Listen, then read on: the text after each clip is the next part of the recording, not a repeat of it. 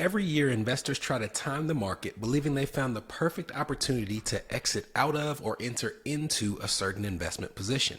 In this episode, we talk about the fallacy in that line of thinking and how investing with consistency can take the human error out of the investment process. Let's get started.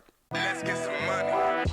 You're watching a live recording of the New Money, New Problems podcast. Subscribe now at newmoneynewproblems.com/podcast. That's newmoneynewproblems.com/podcast.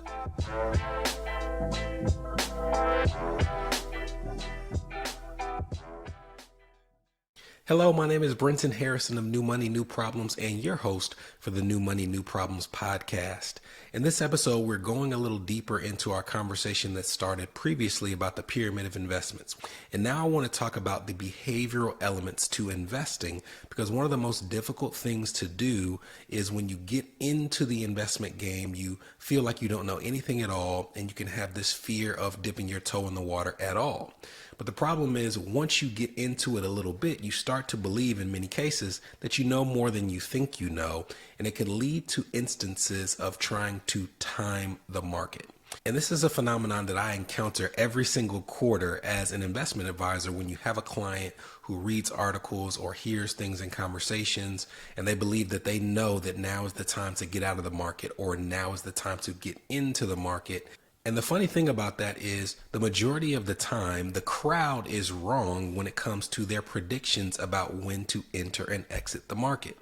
In fact, Warren Buffett has a really popular saying that says you should be fearful when others are greedy and greedy when others are fearful. And that quote is attempting to describe the power of the herd mentality that says most people are going to follow what they see the herd doing. And when it comes to investing, in many cases, the herd is wrong. So what put this at the top of my mind? If you've been following to this point, you probably have gathered that I get a lot of the ideas for these episodes based on articles that I'm reading late into the night, and this is no different. The start of the year has been surprisingly good when it comes to elements of the stock market. As a matter of fact, the S&P 500 index is up about 8% year to date. Many people have been surprised by this because there was the expectation that as a result of potentially increasing interest rates that we would be in for a rough stretch for all of 2023. But because it has outperformed, you're starting to see articles from investment strategists about now being the perfect time to sell some of those positions that have held a gain. If you're following along with us on screen, you're looking at an article from Business Insider entitled, "There's No Reason to Wait. Sell U.S. Stocks Now Before the S&P 500 Tanks by Over 20%, strategists say." And the premise of this strategist position is that the reason that stocks have been better than expected this year is because investors were believing that the Federal Reserve might increase interest rates, but at a slower pace. They're going to ease up on their tight monetary policy, which they're using to tame inflation. So the idea being that because they are bullish on the fact that the worst might be behind us, it has led to an increase in investor sentiment and thus an increase in positive returns. This strategist believes that that period is coming to an end and we have some inflated earnings amongst these companies. So he believes that some of the negative impacts of the fact that there will still be some small interest rate increases combined with some of the bank failures we've seen in recent weeks will lead to these levels of potentially significant losses. Now, this person is paid to manage money all day, and I'm going to assume, no matter how dangerous that might be, that he's more informed as to market movements than you or I would be doing this with a more limited amount of time.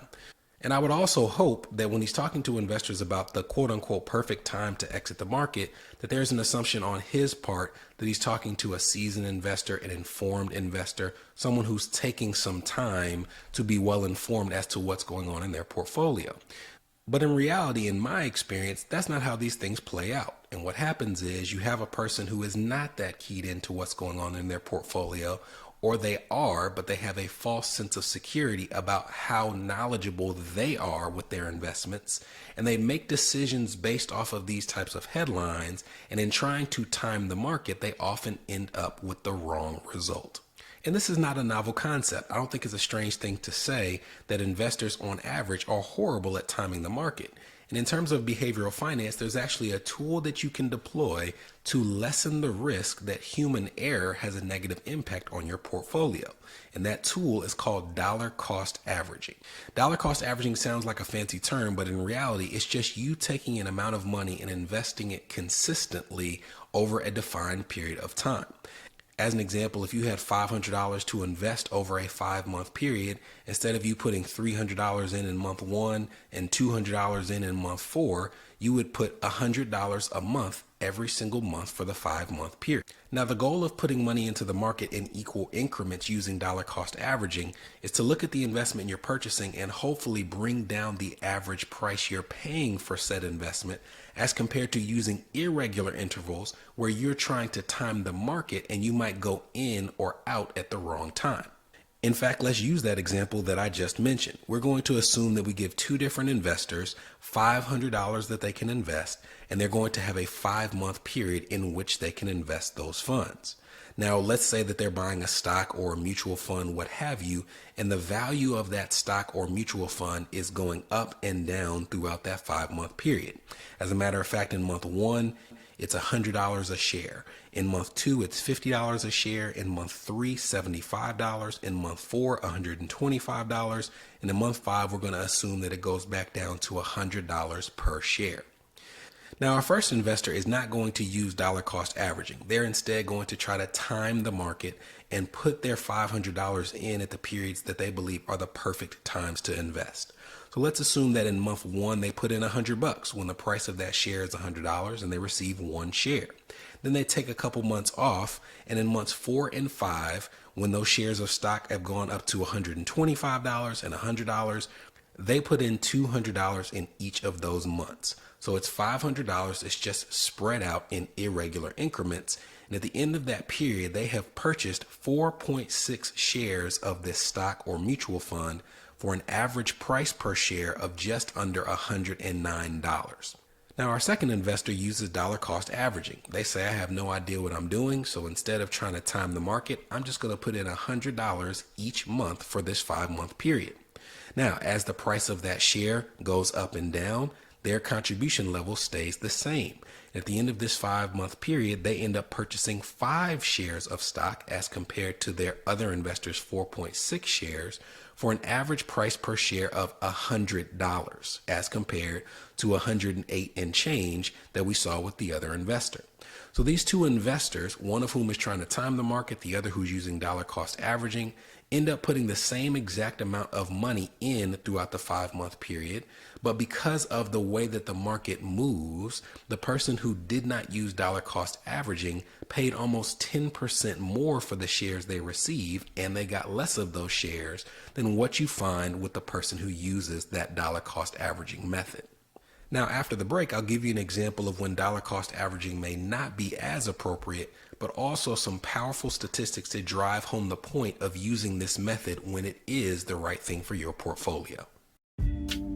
This is the New Money, New Problems podcast, a show for successful professionals searching for the tools they need to navigate financial opportunities and obstacles they've never seen. We'll be right back.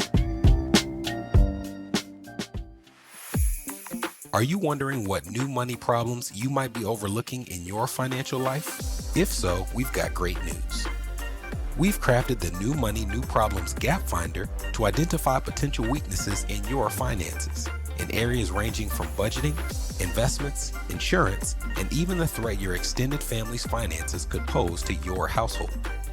Please head to newmoneynewproblems.com/gapfinder to complete it today.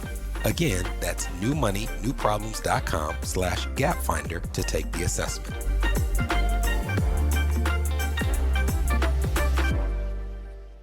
You're listening to the New Money, New Problems podcast. Subscribe now at newmoneynewproblems.com. Welcome back.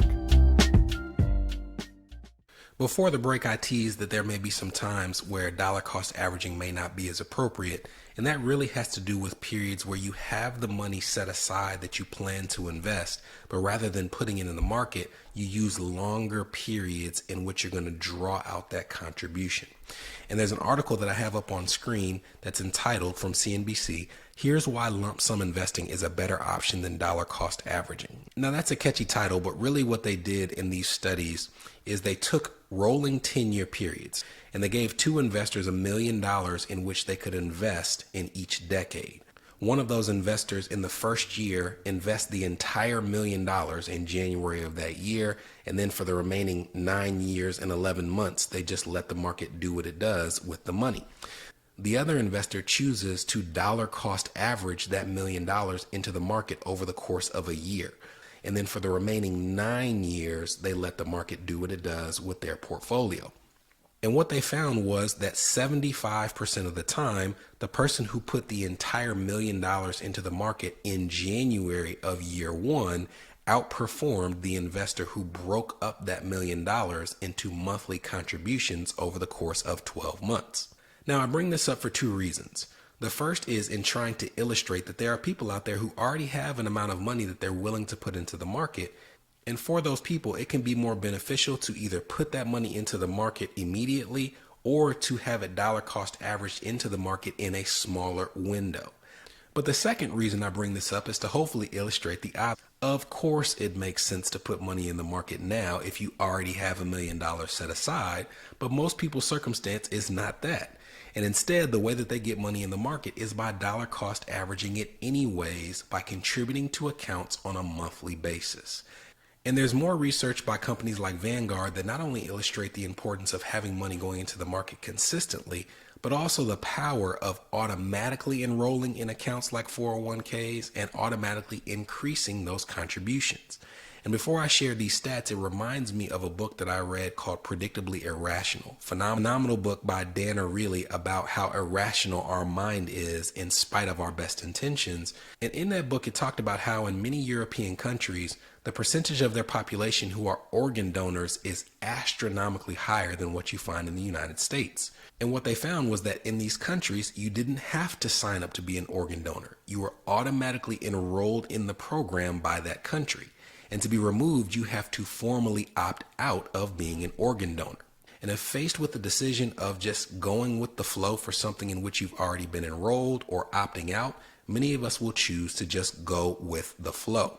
And Vanguard's research confirmed this point.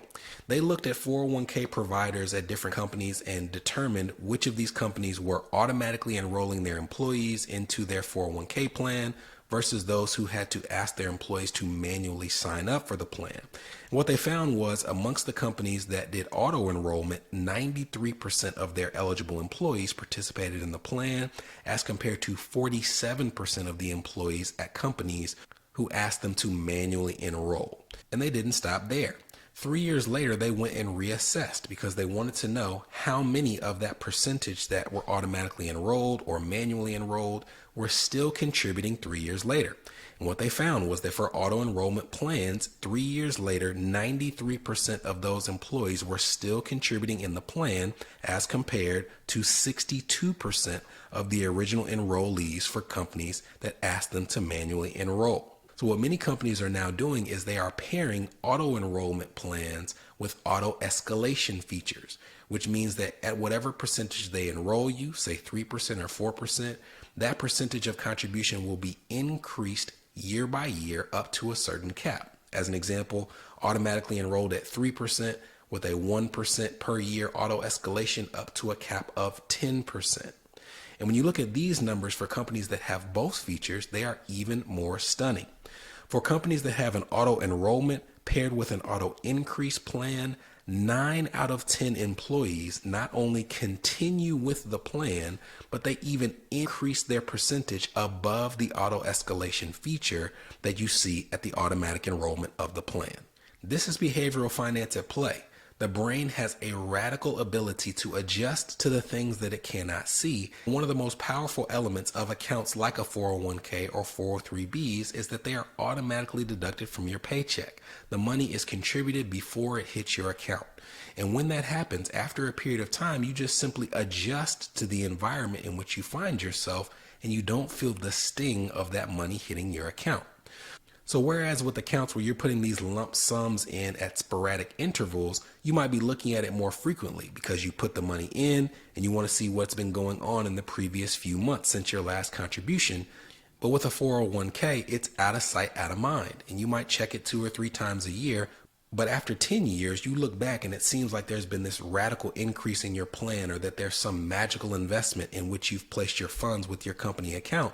But in reality, it's simply the power of dollar cost averaging and automated contributions doing its job to make sure that your money is working for you while you're not working. That's it. I hope this episode was a good start in telling you the importance of investing with consistency, and also making sure you understand that there can only be one smartest person in the room, and it may not be us. So when we're trying to time the market and we don't know what we're doing, we may be better off simply leaning on the behavioral finance tools that are there to make sure that we're headed in the right direction. From New Money, New Problems, this was the New Money, New Problems podcast, a show for successful professionals searching for the tools they need to navigate financial opportunities and obstacles they've never seen.